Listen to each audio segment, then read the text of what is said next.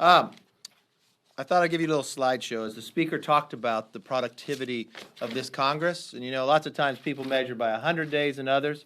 We are now today in the 139th day. So the statistics I give you today will not take into those things we passed today, but taken in from yesterday. So if you take in a new president, the House number of bills passed in the first 138 days. If you look at the 101st Congress, which in the very beginning with H.W. Bush, at this time they had 41 bills passed. You go to the 103rd Congress under Bill Clinton, there were 60 bills passed. Then under George Bush, the 107th, they had 67 bills. And then under President Obama, the 111th Congress, they were able to pass 131.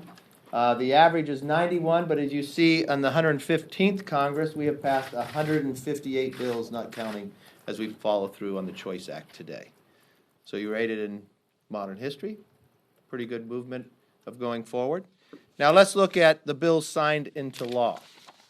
So if you take the next one, on the average there's 28.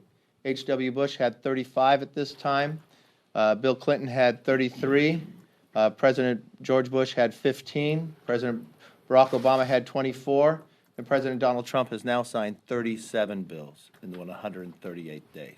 One thing Speaker Ryan always believes on is metrics and holding people accountable and greater transparency. So that's what we wanted to bring you apart today.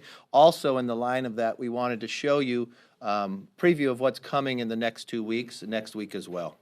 First of all, I just left Secretary of the VA. We were talking about IT for the VA and also discussing the challenges that he has to turn this agency around. And one of the things that would help him greatly is a bill that we will take up next Tuesday, the VA Accountability Act. This will actually hold VA employees accountable.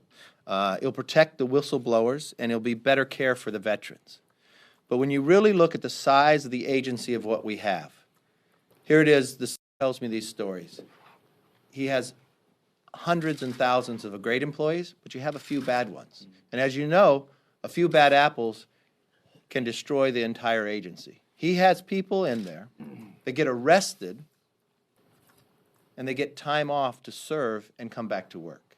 He tells me other stories of that is made public of a psychiatrist watching things he never should be watching as he's interviewing a veteran. The veteran films it. The secretary says that person should be fired. It does not allow him to fire, even though this person is watching something that other people would be fired for.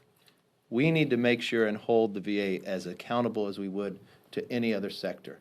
And we're holding the Secretary back from being able to do that job. So this bill will be able to move forward directly to the President and be able to sign into law. As we've talked so many times before about the 3 different phases when it comes to health care, we continue to move that 3rd phase. These are bills that will take 60 votes that have moved out of committee here. One is the Veterans Act by Sam Johnson, and then the Broader Options for Americans Act by Pat Teaberry, dealing with COBRA, and Verifying First Act by Lou Barletta. Those will pass on the floor next week as well. And then looking forward to the week after that, this is just an AP headline, I believe just this week. The job data could signal shortage of qualified workers to hire. When we look at the future, the workforce is one of the most challenging things we look, the continual change, that we have the workforce that we need, and the statistics are showing there's going to be a fundamental change as we go forward. So we have the strengthening career and technical education for the 21st century. Again, as the speaker said, we can walk and chew gum at the same time and dealing with the issues that become most important to the American public.